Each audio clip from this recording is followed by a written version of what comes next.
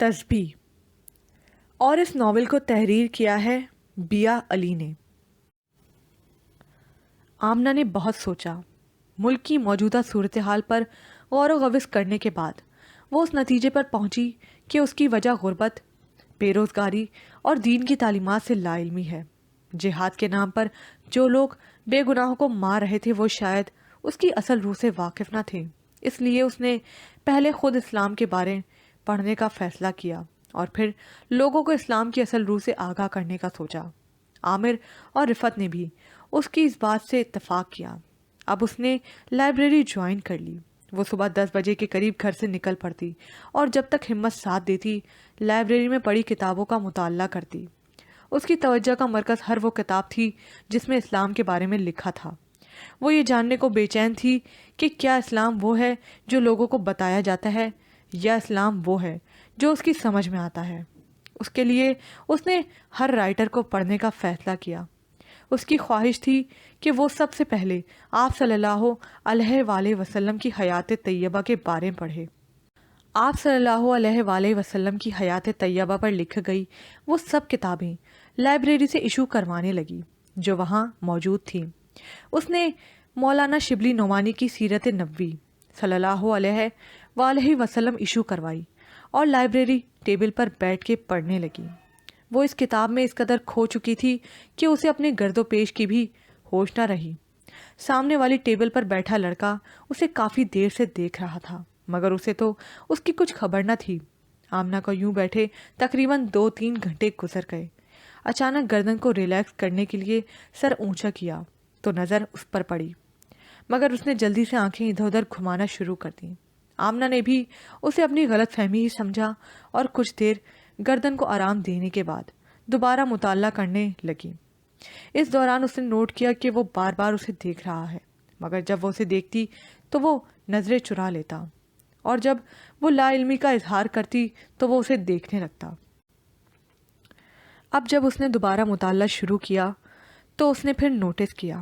اب اسے ڈسٹربنس محسوس ہوئی اور وہ کتاب لیے گھر آ گئی۔ کئی روز اس کے ساتھ ایسا ہی ہوتا رہا۔ آمنہ نے پہلے تو اسے برداشت کیا مگر تھک ہار کے اپنی ٹیبل بدل لی۔ اس نے ایسا اس کی لائبریری میں آنے سے قبل کر لیا، اس لیے وہ لائبریری میں آ کر اپنی سیٹ پر بیٹھا تو سامنے اسے نہ پا کے پریشان ہو گیا اور اسے ڈھونڈنے لگا۔ اسے کافی کھپنا پڑا کیونکہ لائبریری کافی بڑی تھی اور آمنہ بیٹھی بھی ایک ایسے کونے میں تھی جہاں انسان سوچ بھی نہ سکتا تھا، مگر اس نے آخر کار اسے ڈھونڈ ہی لیا۔ آمنہ اب بھی مطالعے میں ایسی غرق ہوئی تھی کہ اسے پتہ بھی نہ چلا کہ جس شخص کی نظروں سے بچ کر بیٹھنے کا فیصلہ کیا وہ اسے تنگ نہ کرنا چاہتا تھا، کیونکہ وہ اسے بالکل مختلف دکھائی دی تھی، اور اسے یہ بھی معلوم ہو گیا کہ اگر وہ اس کی حرکت سے تنگ آ گئی تو کہیں گم ہو جائے گی۔ اب وہ ایک ایسی ٹیبل پر بیٹھا تھا جہاں سے وہ تو آمنہ کو دیکھ سکتا تھا مگر وہ اس کی نظروں سے اوجھل تھا۔ جب تک آمنہ لائبریری میں رہتی وہ کتاب سامنے رکھے اسے دیکھتا رہتا۔ اسے اس کی یہ بے خبری بہت بھانے لگی۔ اس کا جی چاہتا کہ وہ یوں ہی کتابوں میں ڈوبی رہے اور وہ اسے دیکھتا رہے۔ وہ لائبریری آیا تو کسی اور مقصد کو تھا مگر اب اس کے سارے منصوبے دھرے کے دھرے رہ گئے۔ ایک روز آمنہ مطالعہ کرتے ہوئے رونے لگی۔ اسے اس حالت میں دیکھ کر وہ بے چین ہو گیا۔ وہ اس کی رونے کی وجہ جاننا چاہتا تھا مگر وہ اسے خود کے سامنے شرمندہ ہونے سے بھی بچانا چاہتا تھا۔ جب تک وہ وہاں بیٹھی رہی وہ اس کے رونے کے سبب کے بارے سوچتا رہا۔ اس کے آنسوؤں نے اسے اداس کرنے کے ساتھ پریشان بھی کر دیا، مگر اس کی مجبوری یہ تھی کہ وہ اس کے پاس نہ جا پا رہا تھا۔ جب وہ بیگ اٹھائے لائبریری سے باہر آئی تو وہ بھی اس کے پیچھے آ گیا۔ جب آمنہ نے گاڑی کا دروازہ کھولا تو وہ اس کے قریب تر ہونے کے باوجود آگے بڑھ کے اس سے اس کے دکھ کے بارے میں نہ جان سکا۔ وہ وہیں کا وہیں کھڑا رہا اور وہ چلی گئی۔ جب وہ گھر پہنچی تو اس کی بھیگی آنکھوں نے رفت کو ایک بار پھر پریشان کر دیا۔ وہ گھر آ کے سیدھی اپنے کمرے میں چلی آئی اور دروازے کو اندر سے لاک کر لیا۔ دبے دبے آنسو نے اب کھل کر برسنا شروع کر دیا۔ رفت بھی اس کے پیچھے پیچھے آئی۔ دروازے پر خوب دستک دی مگر اس نے اس وقت تک دروازہ نہیں کھولا جب تک اس کے دل کا غبار نہ نکل گیا۔ رفعت کے دل میں عجیب عجیب سے خیالات اٹھ رہے تھے۔ جلدی سے بیٹے کے کمرے میں آئی اور اسے آمنہ کی حالت کے بارے میں بتایا۔ وہ بھی پریشان ہو گیا اور دوڑا دوڑا اس کے کمرے کے پاس آیا، دروازے کو پیٹا۔ آمنہ نے دروازہ کھول دیا۔ اسے زندہ سلامت دیکھ کر ان دونوں نے سکھ کا سانس لیا۔ رفعت نے پرنم آنکھوں سے کہا، بیٹی تم نے تو ہمیں ڈرا ہی دیا تھا، اگر خدا نہ خواستہ تمہیں کچھ ہو جاتا تو قیامت کے روز ہم تیری ماں کو کیا جواب دیتے؟ عامر نے غصے سے کہا، آمنہ آئندہ ایسی حرکت مت کرنا۔ آصف اور اس کے دوستوں نے گھومنے پھرنے کا پروگرام بنایا، اس بات کے باوجود کہ باہر حالات خراب ہیں، جگہ جگہ موت ڈیرا ڈالے بیٹھی ہے، گلی کوچوں میں خوف و ہراس چھایا ہوا، پرہجوم جگہ خیر و عافیت کے لیے دعا گو ہے ہر شخص، چاہے وہ پیدل ہو یا سوار، خود کو زندگی کا مہمان سمجھ کے چل رہا ہے۔ گھر زندہ سلامت لوٹ کے جانے کی امید کسی کو نہیں۔ کار میں بیٹھے وہ سڑکوں کی خاک چھان رہے تھے، فضا میں پھیلے ماتم کو محسوس کرتے چلے جا رہے تھے۔ کار فراٹے بھرتی دور نکل آئی، شہر سے دور۔ اگرچہ وہ اوروں کی طرح غمزدہ نہ تھے، مگر فضا کے ماتم نے انہیں دکھی کر دیا۔ اجمل نے اس کیفیت کو ختم کرنے کے لیے تجویز پیش کی، یار آصف ٹیپ آن کرو۔ کاشف نے فوراً ٹوک دیا، یار تم بھی کبھی کبھی عجیب باتیں کرتے ہو، اتنے ٹینس ماحول میں تمہیں گانے بجانے کی سوچ رہی ہے۔ آصف نے کہا، یار کاشف ٹھیک ہی کہہ رہا ہے۔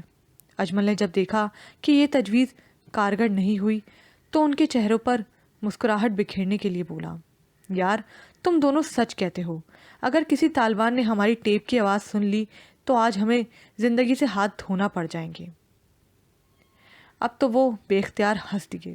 کاشف بولا، یار تم ٹھیک کہتے ہو۔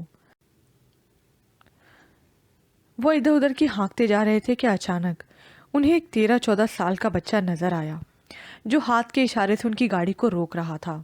انہوں نے یہ سوچ کے گاڑی روک دی کہ بیچارہ بس اسٹاپ تک پیدل کیسے جائے گا، کیونکہ بس اسٹاپ کافی دور تھا۔ آصف نے پوچھا، جی بیٹا؟ وہ بولا، صاحب ہم کو بس اسٹاپ تک چھوڑ دو گے؟ اجمل نے فوراً کہا، آؤ بیٹھو۔ اجمل اور کاشف نے اسے اپنے پاس بٹھا لیا۔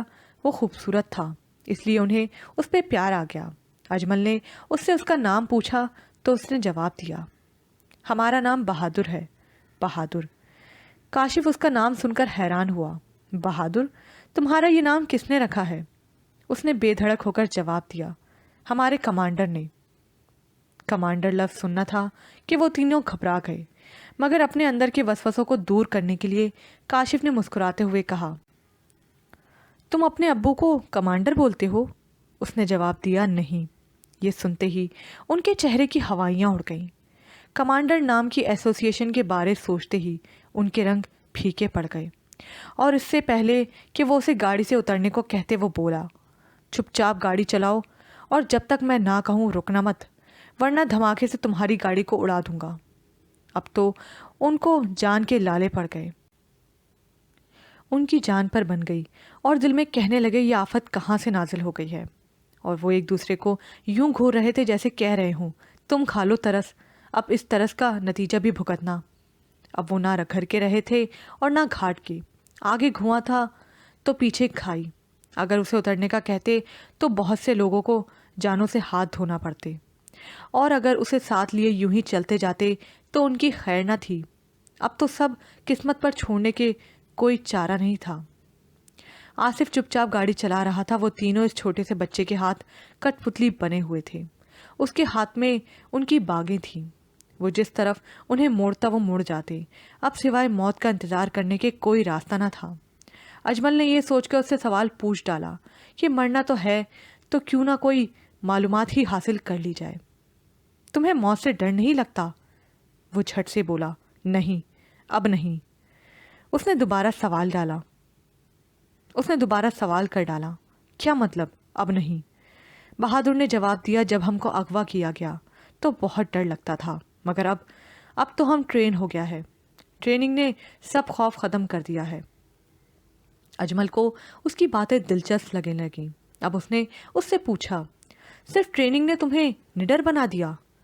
اس میں ایسی کیا خاص بات تھی؟ بہادر نے غصے سے کہا، صرف ٹریننگ نے نہیں بلکہ اس خوشخبری نے بھی کہ ہم مرنے کے بعد سیدھا جنت میں جائے گا۔ اس تھوڑا سا زندگی کا سودا بہت لمبی زندگی کا خاطر کرنا کیا کوئی گھاٹے کا سودا ہے؟ ساری عمر بھی نیکی کا کام کرو تو بھی جنت کا گارنٹی نہیں، مگر ایک شہید کو جنت ضرور ملتی ہے۔ گاڑی دائیں طرف موڑو۔ پڑھے لکھے ہو؟ پڑھتا تھا مگر اب اس کا ضرورت نہیں، ویسے بھی یہ بیکار ہے، اصل علم تو میرے پاس ہے۔ بائیں موڑو۔ وہ اس کے بے باک پن سے خوف زدہ تھے۔ کاشف جو کافی دیر سے اس کی حرکات نوٹ کر رہا تھا، اس کے جوابات سن رہا تھا، اس سے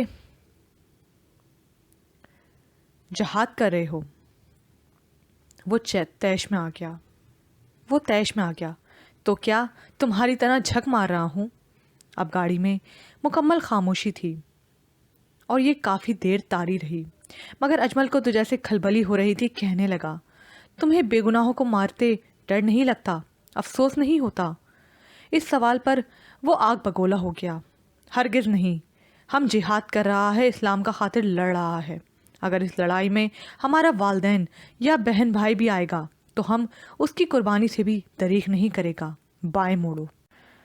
بہادر سارا دن انہیں اپنے اشاروں پر گھماتا رہا، کبھی گاڑی کو دائیں جانے موڑنے کا کہتا تو کبھی بائیں، کبھی سیدھا چلنے کا حکم صادر کرتا، اور جب گاڑی پر ہجوم جگہوں سے گزرتی تو سب اللہ سے سب کی خیر و عافیت کی دعا مانگنے لگتے۔ ہر ایسی جگہ پر ان کے دل دھڑکنے لگتے اور یہ دھچکا لگنے لگتا کہ کہیں یہی لوگ تو اس کا نشانہ نہیں، اور جوں ہی وہ یہاں سے نکلتے خدا کا لاکھ لاکھ شکر ادا کرتے۔ سینکڑوں لوگوں کی موت کے بارے میں سوچ بھی انہیں جھنجھوڑ دیتی۔ انہیں دل کے ڈھلنے کے ساتھ ساتھ اپنی موت کا تو یقین ہو چلا تھا، مگر وہ اپنے علاوہ کسی کی موت کے بارے میں سوچنا نہ چاہتے تھے۔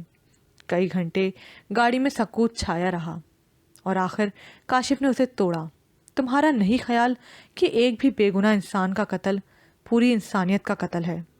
اس نے جواب دیا، میں ایسا نہیں سمجھتا۔ اجمل نے کہا، مگر ایسا ہے، ہم نے پڑھا ہے۔ وہ خاموش ہو گیا۔ وہ سمجھے کہ اس پر ان کی بات کا اثر ہوا ہے، اس لیے اجمل نے مزید کچھ کہنا چاہا تو وہ بولا، زندگی چاہیے یا نہیں؟ یہ سن کر اجمل کی بولتی بند ہو گئی۔ کاشف کو بھی سانپ سونکھ گیا۔ آصف تو پہلے ہی بت بنا بیٹھا تھا۔ آخر جب شام ہو گئی تو وہ گاڑی کو ایک ویرانے میں لے آیا اور پھر وہاں اتر گیا۔ ادھر وہ گاڑی سے اترا اور ادھر پلک جھپکتے غائب ہو گیا۔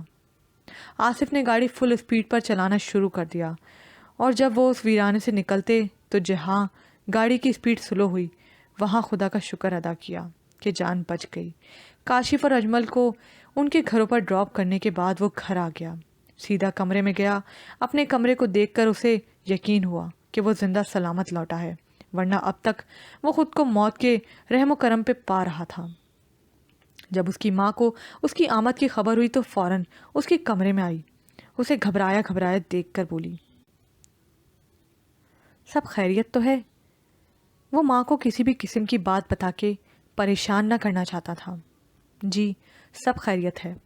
میں کھانا لاؤں؟ ابھی نہیں، بلکہ آپ سو جائیں، مجھے جب بھوک لگے گی میں کھا لوں گا۔ آصف نے آج سے پہلے کبھی اس قسم کی بات نہ کی تھی۔ اس بات نے اسے پریشان کر دیا، مگر آصف کے بار بار سمجھانے پر اس کی بات پر اعتبار کر لیا کہ سب ٹھیک ہے۔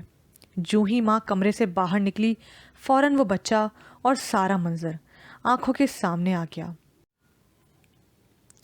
اگلے روز وہ تینوں دوست کالج میں ہر ایک سے اس واقعے کا تذکرہ کر رہے تھے۔ اس وقت تو وہ گھبرائے ہوئے تھے، مگر آج اپنی اس کیفیت کو سوچ کے خود ہی ہنس دیے۔ ہر ایک دوسرے کا مذاق اڑانے لگے، مگر جب وہ اکیلے ہوئے تو سوچنے لگے، آخر وہ کون تھا؟ کون لوگ ہیں جو ان کو تیار کر رہے ہیں؟ کیا صرف اتنا بتا دینا کہ تمہیں جنت ملے گی سینکڑوں لوگوں کی جان لینے کے لیے کافی ہوتا ہے؟ کیا یہ کسی مجبوری کے تحت ایسا کرتے ہیں؟ ایسے بہت سے سوالات ان کے ذہنوں میں تھے اور ان کے وہ جوابات چاہتے تھے۔ اس واقعے نے آج پھر انہیں مولانا صاحب کی یاد دلا دی۔ آمنہ کئی دنوں سے لائبریری نہ آئی۔ وہ ہر روز اس امید پر چلا آتا کہ آج وہ ضرور آئے گی، آ کر اسی جگہ پر بیٹھ جاتا جہاں وہ بیٹھا کرتا تھا، مگر جب 15-20 دن گزر جانے کے باوجود اس کا کوئی اتا پتہ نہ چلا تو اس کی پریشانی میں اضافہ ہو گیا۔ امید ٹوٹنے لگی، انتظار بڑھتا چلا گیا، مگر اس کے پاس سوائے انتظار کے کوئی راستہ بھی تو نہ تھا۔ کوئی اتا پتہ ہوتا تو وہ جاتا، مگر پھر یہ بھی سوچنے لگتا کہ اگر اسے پتہ مل بھی جائے تو وہ کس حیثیت سے اس کے گھر جائے گا، اور پھر یہ خیال بھی ذہن میں ابھر آتا کہ فرض کرو اس کے گھر چلا جاتا ہوں تو اس کے سوالوں کا کیا جواب دوں گا؟ اگر وہ پوچھے گی کہ آپ کون ہیں، اس کے گھر کس لیے تشریف لائے ہیں، آپ کی جرت کیسے ہوئی، آپ میرے لگتے کون ہیں، وغیرہ وغیرہ۔ اور اگر وہ ناراض ہو گئی اور یہاں آنا ہمیشہ ہمیشہ کے لیے ترک کر دیا تو پھر وہ کیا کرے گا؟ اس طرح کی بہت سی اور سوچوں نے ہمیشہ اس کے قدم روک لیے، اور اس نے اس کا اتا پتہ لگانے کی کوشش تک نہ کی۔ بس ہر لمحہ یہی دعا کرتا کہ وہ خیریت سے ہو اور جلد از جلد پھر سے آنا شروع ہو۔ آمنہ بہت سخت بیمار تھی، ہر وقت کمرے میں لیٹی رہتی۔ رفعت نے بہت سے ڈاکٹروں سے اس کا علاج کروایا، مگر اس کی صحت بحال ہونے کا نام نہ لے رہی تھی۔ ہر وقت روتی رہتی، نہ کچھ کھاتی نہ پیتی، بس کبھی کبھار دل زیادہ بے چین ہوتا تو لان میں آ کے بیٹھ جاتی۔ رفعت نے دن رات اس کی خدمت کی، اسے تو ہوش تک نہ تھا کہ وہ کہاں پڑی ہے۔ اس کی طبیعت کچھ سنبھلی تو رفعت اسے لان میں لے آئی اور اس سے باتیں کرنے لگی۔ اسے اداس دیکھ کر بولی، بیٹی آخر تم کیوں بتاتی نہیں؟ یوں روز روز بیمار ہونا تمہارے لیے خطرناک ہے۔ اپنا دکھ مجھ سے بانٹا کرو، میں تمہاری ماں ہوں۔ میں نے تو سکینہ کی زندگی میں بھی تمہیں اپنی ہی بیٹی سمجھا اور آج بھی سمجھتی ہوں۔ تم شاید جانتی نہیں مجھے تمہیں اس حالت میں دیکھ کر کتنی تکلیف ہوتی ہے۔ آمنہ کو رفعت کے دکھ کا احساس تھا۔ اس کی ان ساری باتوں نے اسے دکھی کر دیا اور آنسو بے اختیار نکل کر اس کے گالوں پر تیرنے لگے۔ آنٹی مجھے احساس ہے، میں خود بھی آپ کو تکلیف دینا نہیں چاہتی، مگر میں کیا کروں؟ آنسو بہے جا رہے تھے اور اس سے مزید بات نہ ہو پائی تو خاموش ہو گئی۔ رفعت نے اس کی یہ جو حالت دیکھی تو شرمندہ سی ہوئی کہ اس کی باتوں سے اس کی آنکھیں اشکبار ہوئی ہیں۔ آگے بڑھ کر اسے گلے لگا لیا۔ بیٹی میرا مقصد تمہیں اذیت دینا نہ تھا۔ اتنے میں دروازے پر دستک ہوئی اور وہ دروازے پر چلی گئی۔ آمنہ ان آنسوؤں کے ساتھ بہتی ہوئی دور نکل آئی۔ موسم بہار کی آمد کے ساتھ ہی بسنت کا شور پڑ گیا۔ آمنہ نے اس بار بسنت گھر پر بنانے کی ضد کی۔ اسد نے بھی پہلے سے سوچ رکھا تھا کہ وہ اس تہوار کو گھر پر منائے گا، اس لیے اس نے عامر اور خرم کو پہلے ہی مدعو کر لیا۔ یہ دونوں اس کے بیسٹ فرینڈ تو تھے ہی، ان کا اس کے گھر آنا جانا بھی بہت زیادہ تھا۔ آمنہ اور سکینہ انہیں گھر کے فرد کی طرح ہی سمجھتی تھیں، اس لیے ان کے آنے پر انہیں کوئی اعتراض نہ تھا۔ اگر اسد نے دوستوں کو مدعو کیا تھا تو آمنہ بھی پیچھے نہ رہی، اس نے اپنی ساری سہیلیوں کو انوائٹ کر لیا۔ بسنت کا پروگرام رات کا تھا، مگر آمنہ کی سہیلیاں صبح ہی اس کے گھر وارد ہو گئیں۔ سب نے مل کر مختلف ڈشز تیار کی اور شام ہوتے ہی شور شرابے کے گونجنے کا انتظار کرنے لگیں، اور جو ہی تھوڑی تھوڑی سی آوازیں گونجی انہوں نے بننا سنورنا شروع کر دیا اور اسد کے آنے سے قبل چھت پہ آ گئیں۔ دن بھر کام کاج کے باوجود وہ حشاش بشاش تھیں۔ اسد نے جو ہی گھر میں قدم رکھا آمنہ کا پوچھا، اور پھر خرم اور عامر کے ساتھ چھت پہ آ گیا۔ چھت پر آ کر انہیں یوں لگا جیسے وہ کسی میلے میں آ گئے ہوں۔ گانوں اور بو کاٹے کے شور نے میلے کا سما باندھا ہوا تھا۔ آسمان پر اڑتی رنگ برنگی پتنگوں نے اس میلے میں چار چاند لگا دیے تھے۔ اسد کے آنے سے پہلے وہ سب چھپ گئیں۔ چھت پر آتے ہی وہ آمنہ کو آوازیں دینے لگا، آمنہ آمنہ۔ اچانک سے جو وہ ان کے قریب آئے، آمنہ نے اسد کو ڈرایا۔ اب وہ ان کے سامنے تھی۔ اسد کی فوراً نظر سائمہ پر پڑی۔ پیلے رنگ کی شلوار قمیض میں ملبوس، ہاتھوں میں پھولوں کے گجرے، رنگ برنگی چوڑیاں، کانوں میں بندے اور بالوں میں پھول سجائے، وہ اسے پری لگ رہی تھی۔ اسے جو دیکھا تو نظریں اسی پر جم گئیں۔ سب اسے دیکھ رہے تھے اور وہ صرف اسے۔ سائمہ کی نظریں بھی اسد پر لگی ہوئی تھی، مگر وہ اس کی طرح ارد گرد سے بے خبر نہ تھی۔ سب پہلے ہی اس موقع کی طاق میں تھے، ایک دوسرے کو یوں دیکھا جیسے کہہ رہے ہوں جھپٹ پڑو۔ آمنہ نے پہلا وار کیا، عامر بھائی آج اسد بھائی کی خیر نہیں۔ سب ہنس دیے۔ عامر نے جملہ کسا، بھائی یہ محبت چیز ہی ایسی ہوتی ہے، اس کی موجودگی کسی اور چیز کا احساس ہی نہیں ہونے دیتی۔ بندہ دوست تو کیا اپنا آپ بھی بھول جاتا ہے۔ خرم نے بھی تیر چلایا۔ یار مجنوں بیچارے کو کبھی کبھار تو بنی سوری لیلا نظر آتی ہے تو بیچارہ کیا جی بھر کے دیدار بھی نہ کرے؟ بنتا ہے بھائی بنتا ہے، وہ کسی شاعر نے بھی کیا خوب کہا ہے، رسم دنیا بھی ہے، موقع بھی ہے، دستور بھی ہے، سج دھج بھی ہے، رنگ بھی ہے، غرور بھی ہے۔ سب خوب کھلکھلا کے ہنسے۔ سائمہ نے اسے جھنجھوڑا، اسد اسد ادھر ادھر بھی دیکھ لو۔ اسد نے ایک دم میں ہوش میں آتے ہوئے کہا، ہاں ہاں کیا کہہ رہی ہو؟ عامر نے پھر سے فکرہ کسا، دیکھو سنو، سائمہ بھابھی کے کہے الفاظ تو سن لیے، ہم بیچارے تو ہوا میں ہی تیر چلاتے رہ گئے۔ بھابھی کا لفظ سن کر سائمہ شرما گئی۔ اسد نے جلدی سے موضوع ہی بدل ڈالا، یوں ہی چھیڑ چھاڑ میں وقت ضائع کرو گے یا پتنگ بازی کا بھی پروگرام ہے؟ آمنہ نے پوچھا۔ پتنگ بازی تو ضرور ہوگی، پہلے خرم بھائی یہ تو بتائیں یہ دوسرا مصرع بھی کیا شاعر ہی کا تھا؟ عامر نے اس کی بات کا جواب دیا، ارے پگلی، شاعر بھلا ایسا بیتکا مصرع کہہ سکتا ہے؟ آمنہ نے ہنستے ہوئے کہا، یہ تو خرم بھائی کا مصرع ہے، خیر اتنا برا بھی نہ تھا، موقع کی مناسبت سے بالکل درست تھا۔ اسد نے ایک بار پھر ان کے موضوع میں ٹانگ اٹکائی، ارے یار ختم کرو اس شعر کی بحث کو، چلو پتنگ بازی کریں۔ اب جو چھت پر شور شرابہ برپا ہوا تو رات گئے تک جاری رہا۔ ان کے شور سے تنگ آ کے سکینہ چھت پر آ گئی۔ ارے بچوں ذرا ہمسایوں کا ہی کچھ خیال کر لو، عامر نے ہنستے ہوئے جواب دیا۔ ارے انٹی ذرا چند قدم آگے تو آئیں، دیکھیں آپ کی ہمسائے بھی ہمارے شور میں برابر کے شریک ہیں۔ سکینہ نے چند قدم آگے بڑھائے تو دیکھا ہر طرف شور تھا، بو کاٹا کی آوازیں بلند ہو رہی تھیں، چھتوں پر لڑکے بھنگڑا ڈال رہے تھے، ناچ گانا ہو رہا تھا۔ وہ تو یہ سمجھی تھی کہ اس کی چھت پہ ہی سب سے زیادہ ہنگامہ ہے، مگر وہ یہ دیکھ کر حیران رہ گئیں کہ ارد گرد کے گھروں کی چھتوں پر ان سے زیادہ شور شرابہ کرنے والے موجود تھے۔ اب بیچاری انہیں کیا کہہ سکتی تھیں، خاموشی سے نیچے اتر آئیں۔ ان کے جانے کے بعد تو جیسے ان کے حوصلے اور بلند ہو گئے، وہ سب کھل کے اپنی خوشی کا اظہار کرنے لگے۔ تینوں لڑکے پتنگ اڑا رہے تھے اور لڑکیاں ان کا مورال بلند کرنے کو کھڑی تھیں۔